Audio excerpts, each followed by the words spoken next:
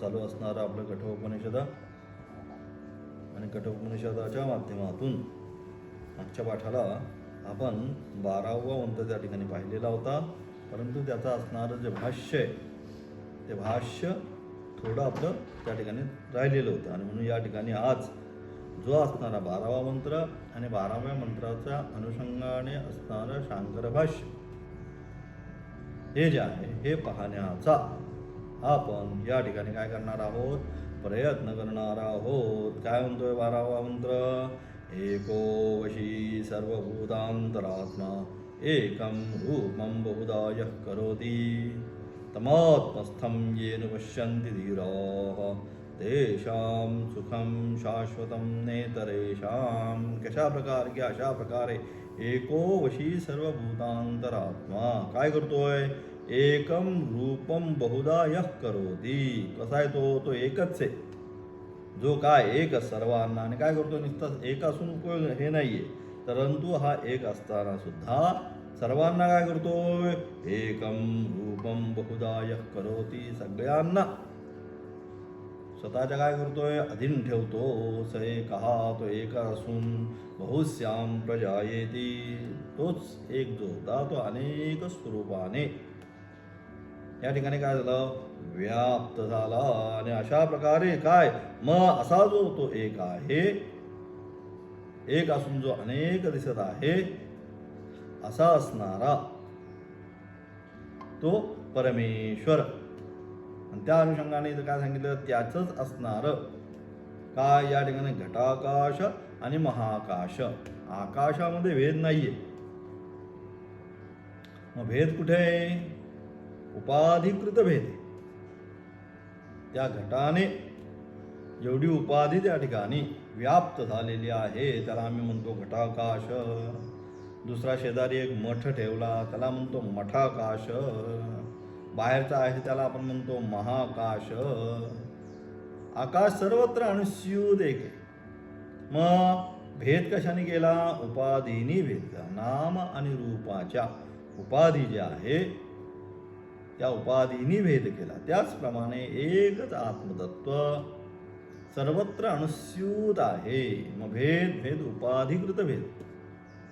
ही जी उपाधी आहे हे पंचतत्वापासून प्राप्त झालेले हे जे शरीर आहे, या शरीराच्या उपाधीने या शरीराला मग आम्ही काय म्हणलो? याचं असणारं नाम रूप. त्याने काय केला? ते असणारं परब्रह्मतत्व त्यापासून ह्या उपाधीनी त्याला बाजूला केलं, त्या ठिकाणी भेद निर्माण केला. परंतु आत्मतत्व सर्वत्र एक अनुस्यूत एकच आहे, त्याच्यामध्ये काही भेद नाही. पुन्हा पुन्हा तेच सांगतो आपण. लाईट जी आहे, विद्युत जी आहे, लाईट सर्वत्र अनुस्यूत एकच आहे.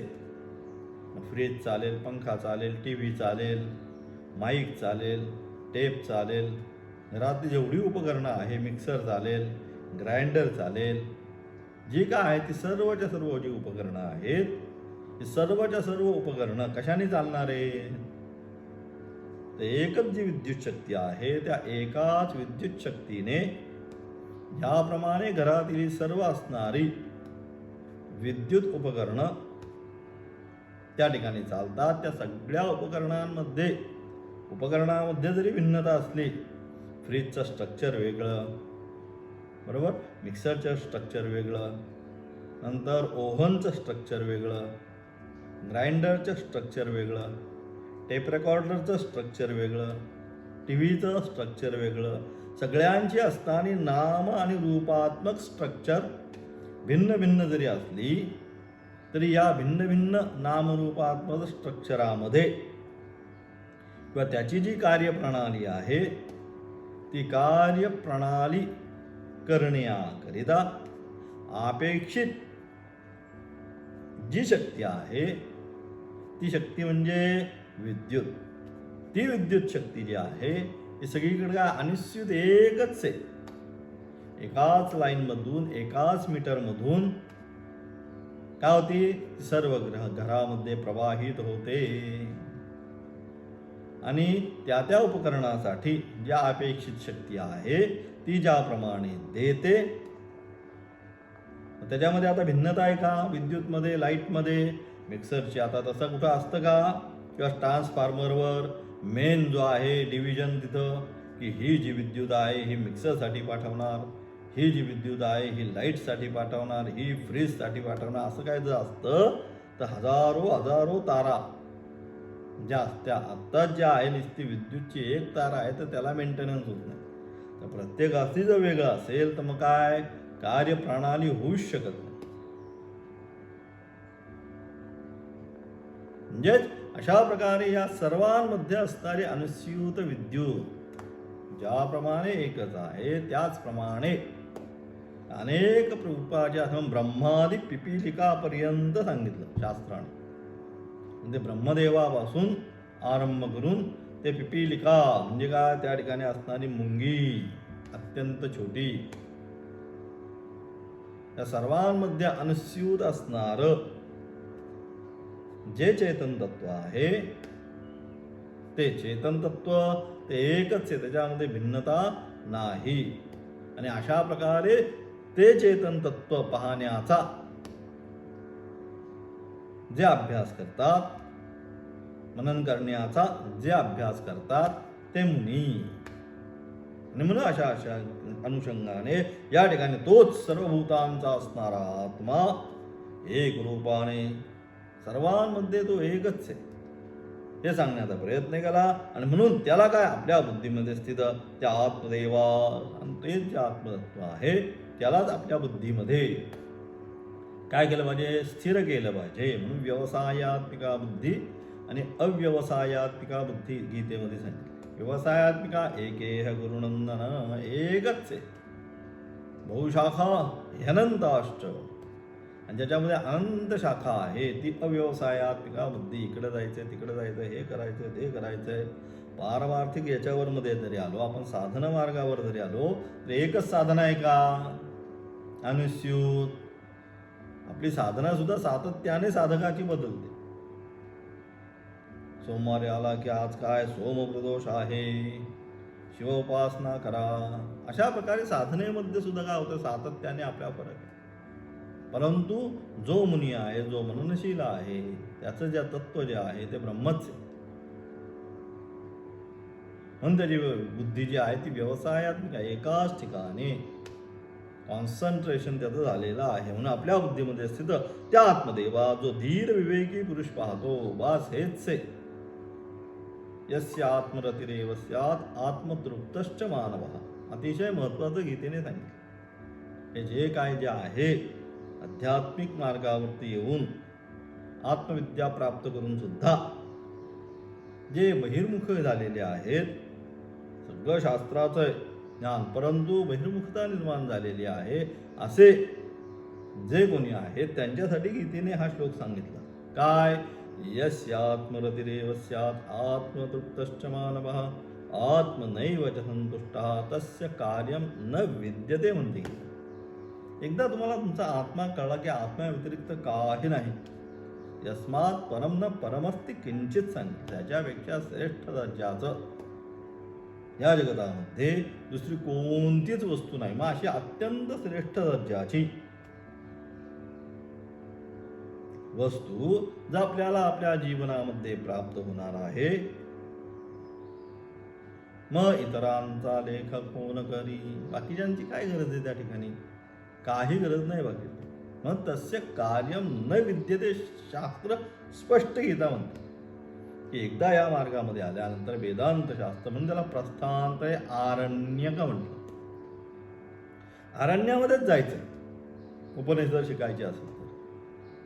त्याला कुठल्याही प्रकारचे अटॅचमेंट आता राहिलेली नाही. म्हणून विवेक आणि वैराग्य सांगितलं. वैराग्य निर्माण झालं पाहिजे. एकांते सुखमाप्स्यताम सांगितलं. एकांत अवस्थेमध्येच गेला पाहिजे. त्या ठिकाणी त्याने ते असणारा आत्मतत्व आहे ते काय स्थाणू निखन ज्ञायेन तेच आहे, तद्व्यतिरिक्त अन्य काही नाही. अशा प्रकारचा काय दृढ विश्वास ज्यावेळेस निर्माण होईल त्याच वेळेस त्याची काय होईल, अपरोक्षानुभूती त्याला त्याच्या जीवनामध्ये प्राप्त होईल. मग असा तो आत्मदेव जो आहे त्या आत्मदेवास कोण धीर पुरुष म्हणून त्यांना धीर सांगितलं. संसारी अधीर आहे, परंतु फार अधीर होतो. अधीर म्हणजे कधी मिळते, हे करतोय, ते करतोय, ते अधीर. पण हा अधीर आहे. काही जरी झाला तरी त्याचा संयम ज्याचा सुटत नाही तो धीर. काही हो, जो आपल्या पदावर प्रतिष्ठित आहे म्हणून संन्यासी. सम्यक न्यास हा परमेश्वरच आहे. परमेश्वराच्या व्यतिरिक्त अन्य काही नाही. पण त्यांनी बाकी काही म्हणायचं सुद्धा नाही. नारायण नारायण नारायण नारायण, नारायणाच्या व्यतिरिक्त अन्य काही नाही, ही भावना त्यांच्या मनामध्ये असणार आहे. म्हणून त्यांना धीर विवेकी पुरुष काय करतो, त्याला कुठे पाहतो, ते जे आत्मतत्व आहे ते बाह्य कुठेही नाही, ते इथेच आहे. अंतस्थ आत्मान अजम न दृष्ट्वा, शास्त्र म्हणतो अंतस्थ आत्मानम अजम न दृष्टा, इथेच पाहिलं पाहिजे. कुठे शोधिशी रामेश्वर आणि कुठे शोधिशी काशी. हृदयातील भगवंत राहिला हृदयातून उपाशी. तो जो या ठिकाणी आहे त्याला इथेच पाहिजे, त्याला पाहण्याकरता कुठेही जाण्याची गरज नाही, हे सांगण्याने. म्हणून तो विवेकी पुरुष, धीर पुरुष आहे, तो काय करतो, ते जे आत्मतत्व आहे ते बाह्य कुठे, तो इथेच आहे. आणि असं एकदा त्या आत्मतत्वाचा किंवा त्या आत्मतत्वाला त्याने पाहिलं, त्याला काय नित्य सुख प्राप्त होतं. मग त्याला दुसरं आता काय, कायम अत्यंतिक दुःखाची निवृत्ती आणि निरतिशय जो आनंद आहे त्या निरतिशय आनंदाची प्राप्ती त्याला जीवनामध्ये होते.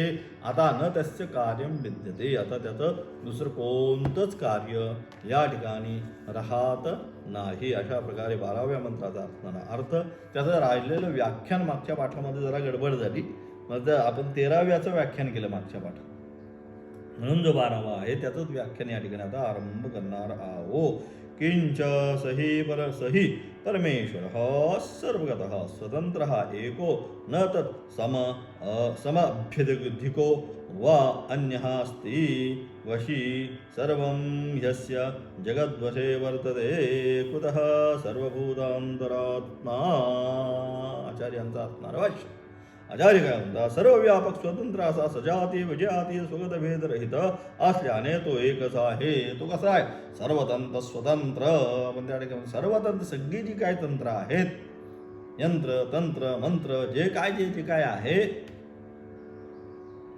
ते सगळं शेवटी तिथेच जाऊन मिळतं. म्हणून हा कसा आहे, सर्वतंत्र स्वतंत्र असा असणारा सर्व व्यापक. हा सर्वत्र, तो काय सर्वत्र तोच व्यापक आहे, त्याच्या व्यतिरिक्त काय, त्याच्यामध्ये कोणता भेद काही नाही. सजातीय भेद नाही, विजातीय भेद नाही, स्वगत भेद नाही, भेद ही वस्तूच तिथं नाही.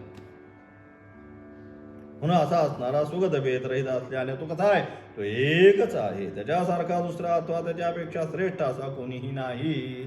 त्याच्यापेक्षा दुसरा आहे हा एक आत्मा. ह्या आत्म्याच्या बरोबर हा पण आत्मा घेऊन जावा की. गेट वन काय आहे ना, ते गेट वन फ्री काहीतरी असतं, तसं एकावर एक फ्री. तसा हा एक आत्मा घ्या, हा सच्चिदानंद आत्मा घ्या, सुंदर आहे. या सच्चिदानंद आत्म्याबरोबर हा दुसरा सच्चिदानंद आत्मा घ्या, त्याहून सुंदर आहे. असं होऊच शकत नाही. गेट वन फ्री असले इथे काही नाही, एकच आहे. गेट वन एकच प्राप्त करायचं, तेच सांगण्याचा प्रयत्न केला. त्याच्यापेक्षा दुसरा श्रेष्ठ काही या ठिकाणी नाही. तो वशी म्हणजे सर्व जगत त्याच्या स्वाधीन आहे. संपूर्ण जगत जे आहे हे संपूर्ण जगत कुठे आहे, त्याच्याच स्वाधीन आहे, त्याच्या अधीन आहे. आणि मग कारण तो सर्वभूतांचा अंतरात्मा आहे, कारण तोच सर्वभूत मात्रांचा अंतरात्मा आहे. आत्मा हा विशुद्ध विज्ञान स्वरूप एकच आहे. तो कसा आहे, विशुद्ध आणि विज्ञान स्वरूप तो एकच आहे. तथापि नामरूपादी एकच असला तरी सुद्धा काय, तथापि नामरूपादी अशुद्ध उपाधी भेदांमुळे, हा जो उपाधी भेद कसा, शुद्ध नाही अशुद्ध आहे. आदौ कर्म प्रसंगात कलयति कलुषम त्या ठिकाणी सांगितलं शास्त्राने. आता तेवढा आता बरंच व्याख्यान आहेत. तथापि नामरूपादी अशुद्ध उपाधी भेदामुळे तो अनेक प्रकारे भासतो.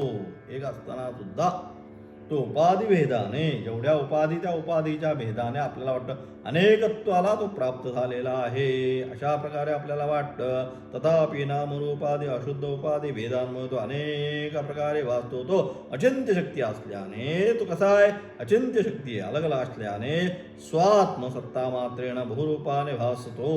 तो अचिंत्य शक्ती असल्यामुळे काय होतोय, स्वात्मसत्ता मात्र रूपेने बहुरूपानं तोच भासतो. अशा प्रकारे जो आत्मा तो स्वतःच्या शरीरातील, तो कुठे? स्वतःच्या शरीरातील हृदयामध्ये, म्हणजे हृदयरूप आकाशामध्ये, म्हणजे बुद्धीमध्ये काय चैतन्य रूपाने तोच अभिव्यक्त झालेला आहे. तो या ठिकाणी तोच मनोबुद्धी चित्त अहंकार जे अंतःकरण जे आहे त्या अंतःकरणामध्ये तोच या ठिकाणी काय झालाय?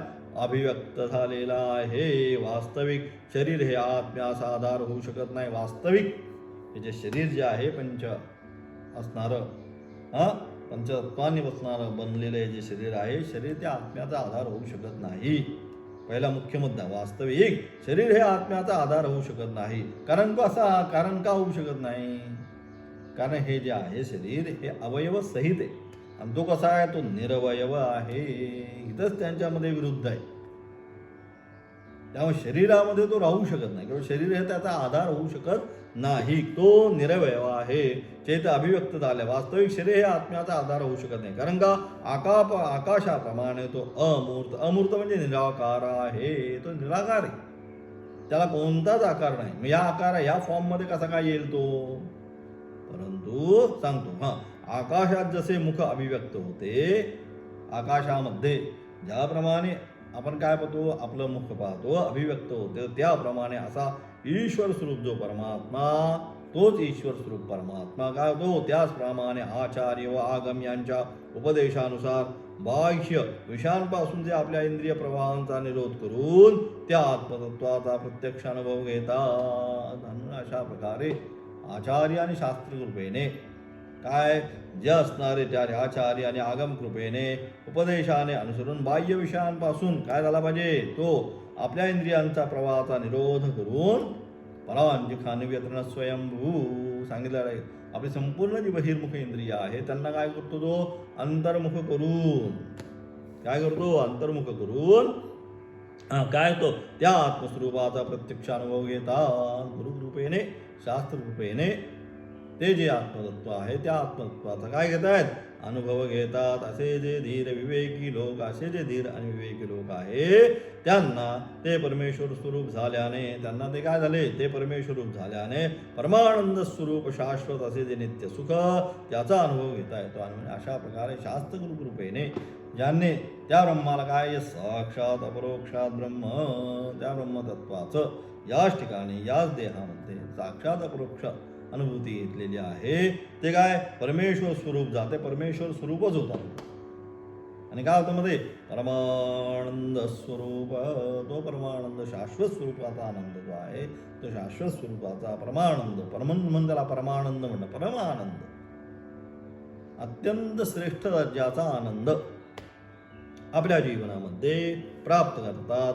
असे जे नित्य सुख त्याचा अनुभव घेता येतो. बाह्य विषयांच्या ठिकाणी ज्यांची बुद्धी आसक्त आहे, परंतु बाह्य विषयांच्या विषयी या विषयामध्ये अमुक पाहिजे, तो विषय पाहिजे, अशा प्रकारे ज्यांची बुद्धी काय आसक्त आहे, अशा अविवेकी लोकांना स्वात्मस्वरूप सुख जरी असले तरी अविद्या व्यवधानामुळे ते शाश्वत सुख मिळत नाही. परंतु जे काही अविवेकी लोक आहेत त्या अविवेकी लोकांना स्वात्मस्वरूप सुख जरी असले, म्हणजे बाकीचं थोडंफार जरी सुख मिळालं असं जरी वाटलं तरी सुद्धा काय ते अविद्या व्यवधानामुळे, अविद्येचे व्यवधान आहे, त्या अविद्या व्यवधानामुळे काय होतं? ते शाश्वत जे सुख आहे, परमानंद जो आहे तो त्यांना जीवनामध्ये प्राप्त होऊ शकत नाही.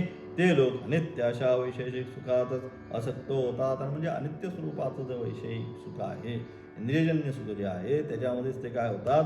आसक्त होतात. याकरता खऱ्या आत्मस्वरूप सुखाकरताच प्रयत्न करावा. म्हणून आपण काय केलं पाहिजे? जे शाश्वत सुख आहे त्या शाश्वत सुखाकरताच आपण सर्वांनी प्रयत्न केला पाहिजे. अशा प्रकारे असणारा 12वा मंत्र, त्या 12व्या मंत्राच्या अनुषंगाने असणारा आचार्यांचं भाष्य या ठिकाणी सांगितलं. असणारा 13वा मंत्र आहे नित्यो नित्यानां चेतनश्चेतनानां एको बहूनां यो विदधाति कामान् तमात्मस्तं येन पश्यन्ति धीराः तेषां शान्तिः शाश्वती नेतरेषां. त्याचं विशेष व्याख्यान आता उद्याच्या पाठामध्ये पाहणार आहोत. ओम तत्सत.